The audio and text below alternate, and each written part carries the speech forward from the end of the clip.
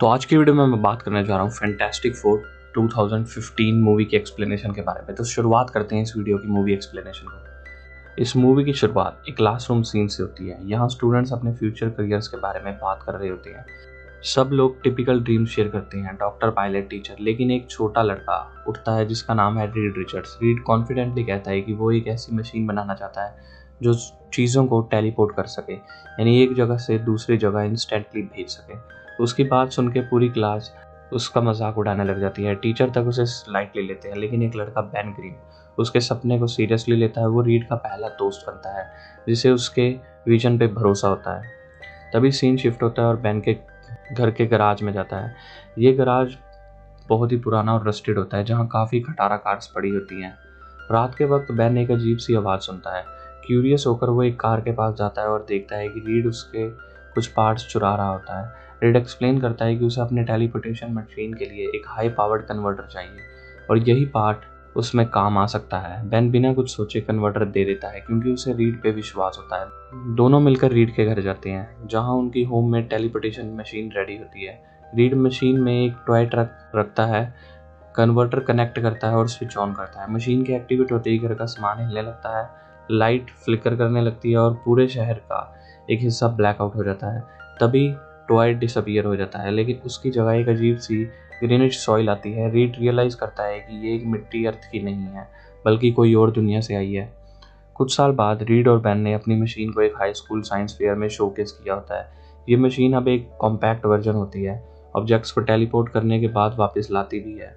उनका experiment successful होता है, लेकिन जजेस सोच लेते हैं कि सिर्फ ये एक इल्यूजन या मैजिक ट्रिक है, इसलिए वो रीड को डिस्क्वालीफाई कर देते हैं। तभी एक नया कैरेक्टर एंटर होता है जिसका नाम होता है डॉक्टर फ्रैंकलिन स्टोम, जो बैक्स्टर फाउंडेशन का हेड होता है। वो रीड से इम्प्रेस होता है और उसे इनवाइट करता है अपनी रिसर्च इंस्टीट्यूट में। रीड को फुल स्कॉलरशिप मिलती है। वहीं डॉक्टर स्टॉम की अडॉप्टेड डॉटर होती है सू स्टॉम, जो एक इंटेलिजेंट पैटर्न एनालिस्ट होती है। सू बताती है कि रीड जो मिट्टी ले आया था वो किसी एलियन डिमेंशन से आई है, यानी रीड ने जानबूझकर नहीं पर एक्सीडेंटली एक इंटरडिमेंशनल पोर्टल को ओपन कर दिया है। रीड बैक्स्टर लैब ज्वाइन करता है जहां ऑलरेडी एक बेस प्रोडक्ट चल रहा होता है, code name project quantum gate.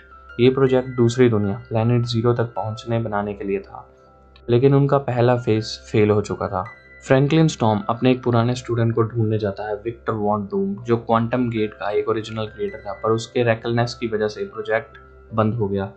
पहले विक्टर मना कर देता है, लेकिन जैसे ही उसे पता चलता है कि सू भी इन्वॉल्व है, वो वापस आ जाता है। अब रीड, सू, जॉनी और विक्टर ये चारों क्वांटम गेट रीबिल्ड करने में लग जाते हैं। सू एक ऐसा बायोमेट्रिक सर्वाइवल सूट बनाती है जो प्लैनेट जीरो के हार्श एनवायरनमेंट में हेल्प करेगा। रीड और विक्टर सारे टेक्निकल फ्लॉज फिक्स करते हैं। एक मंकी को मशीन में डालकर टेलीपोर्ट करते हैं। मंकी सक्सेसफुली प्लैनेट जीरो से वापस आता है जिंदा। पूरी टीम एक्साइटेड होती है, लेकिन मिलिट्री उनके इन्वेंशन पे हाथ रख लेती है, कहकर कि अब आगे का मिशन नासा संभालेगा। ये सुन के रीड, जॉनी, विक्टर नाराज होते हैं। रीड प्लान बनाता है कि वो चुपके से पहले खुद वहां जाएंगे। रीड अपने चाइल्डहुड फ्रेंड बेन को भी बुला लेता है। अब ये चारों, रीड, जॉनी, विक्टर और बेन, सूट्स पहनते हैं और पोर्टल के जरिए प्लैनेट जीरो जाते हैं। वहाँ सब कुछ सुरियल होता है, ग्लोइंग माउंटेन्स, ग्रीन लावा, फ्लोटिंग टेरेन। विक्टर जैसे ही ग्रीन एनर्जी टच करता है, और उनमें से जो विक्टर वॉन डूम होता है, विक्टर को काफ़ी क्यूरियस हो रहा होता है उस एनर्जी को टच करने के लिए, इसलिए विक्टर उस एनर्जी को टच करके देखता है और तभी वहाँ पर सब कुछ अनस्टेबल हो जाता है और इरप्शन स्टार्ट हो जाता है।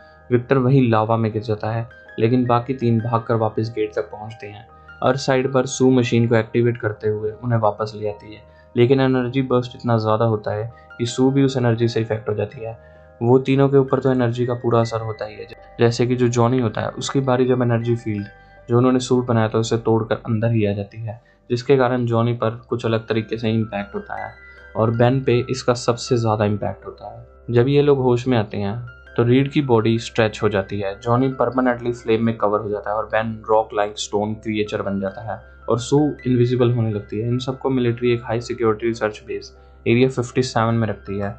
रीड गिल्ड फील करता है और लैब से एस्केप कर जाता है, प्रॉमिस करता है कि इन सबको नॉर्मल बना के लाएगा।